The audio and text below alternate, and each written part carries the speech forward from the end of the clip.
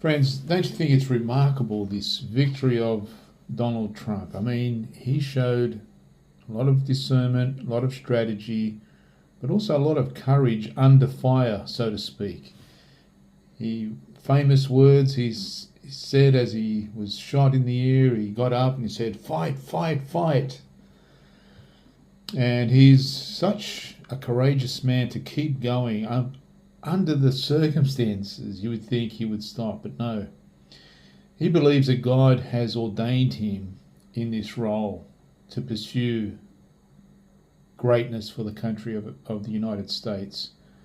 But it seems to me he has this vision or this mandate that is from God. Just recently, or maybe today, I think, I was reading that he thanked God for where he is today. And it just reminded me of a talk just yesterday. I was sitting in a fellowship and a pastor from Pennsylvania, United States, was here in Warsaw, Poland, and he gave a talk, and his discussion was on the king Jehoshaphat. And he looked at 2 Chronicles chapter 17 and 20. But I'm going to give you a brief rundown on Jehoshaphat's reign and what he did, and why I think it's very similar to what's happening with Donald Trump.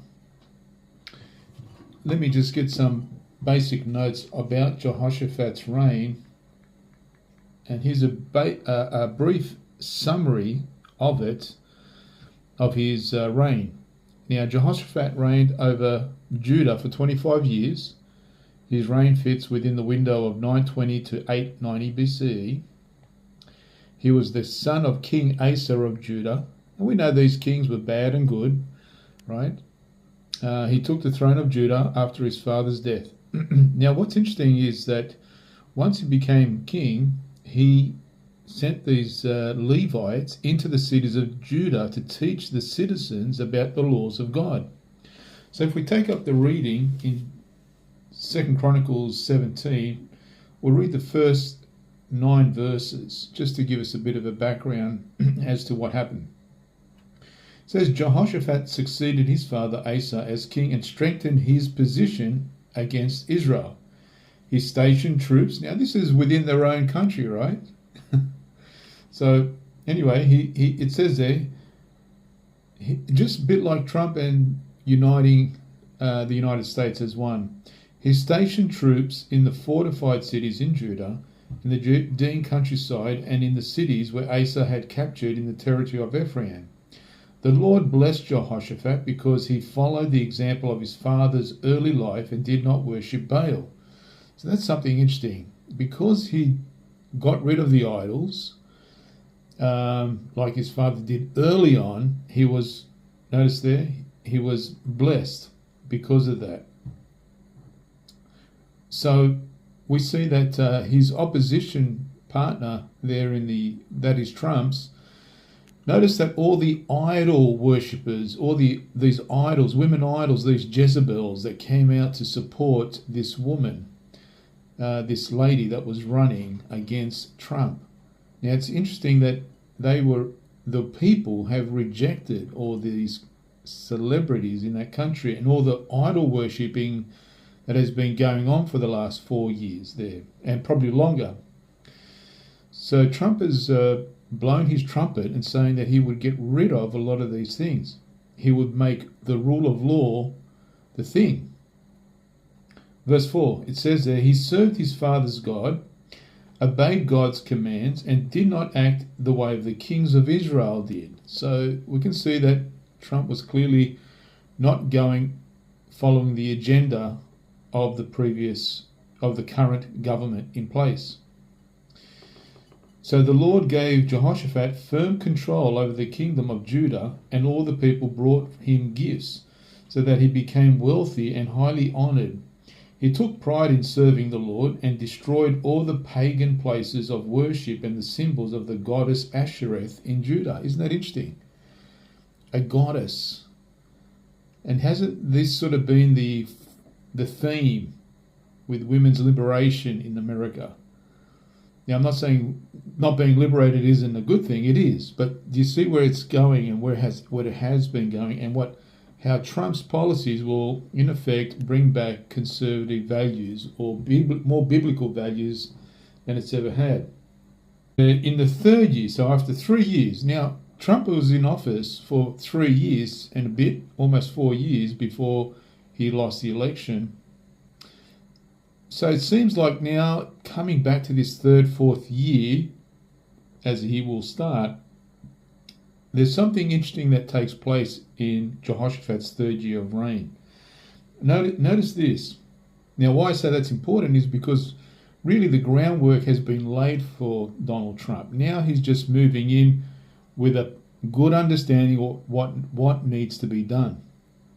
And it says there, in the third year of the reign, he sent out the following officials to teach in the cities of Judah: Benaiah, Obadiah, Zechariah. They were accompanied by 9 Levites and 2 priests. And they took the book of the law of the Lord and went through all towns of Judah, teaching it to the people.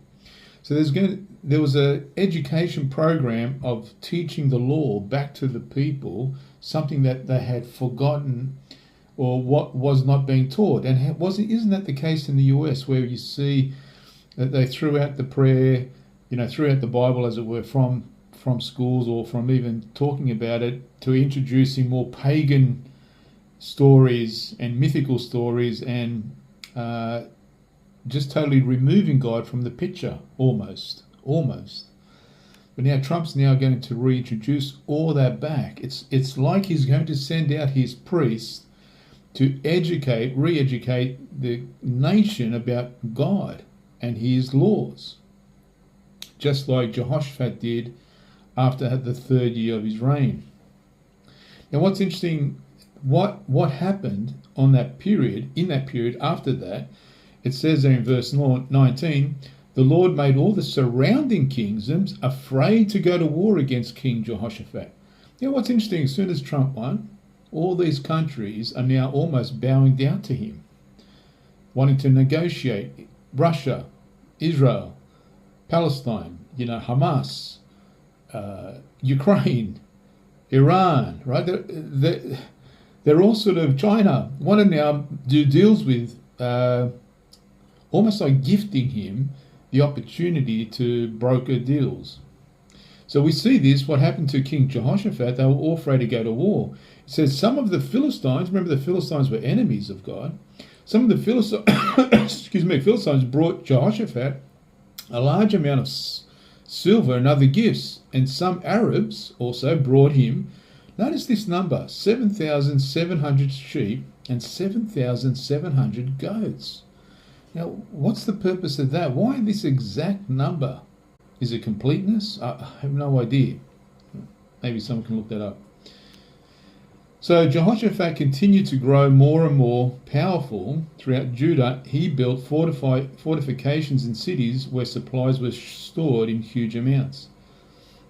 Through this period needed a lot of courage, a lot of strength to all the rules and the processes in place. But remember, his reign started off because he started to do the things that Asa did early on. That is, he got rid of all the idols. He removed the pagan places of worship. Some translations use the word, his heart was courageous in the ways of the Lord. Heart was courageous in the ways of the Lord. So that's a good thing to follow, or to believe that. I believe that his heart was courageous as well. And because of that, fear of God fell around the surrounding nations so they wouldn't attack Judah. And it seems that's the same with what's happening around the world today.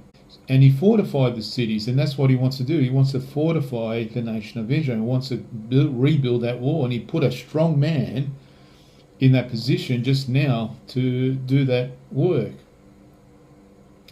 Just like if you read further on in how he stationed these officers and how many soldiers, he wants to do that throughout the nation of the United States of America. In fact, he wants to deport all the illegal immigrants that came in the last 4 years.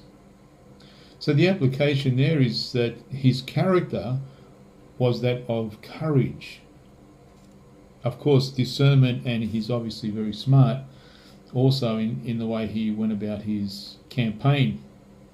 I think that also there's a showing of a humility in some regards, that he's striving to be a servant-like mindset. He says that he wants to serve the people, and he wants to make America great again. So this is the calling, a bit like Jehoshaphat. And this is why I like this account that we were talking about at fellowship just yesterday, and I thought I would use this today as a message, that it's good to be courageous for the Lord. It's good to show your courage in the times that we're living in. Too many believers are holding back their courage. So friends, I thought that is something I wanted to share with you.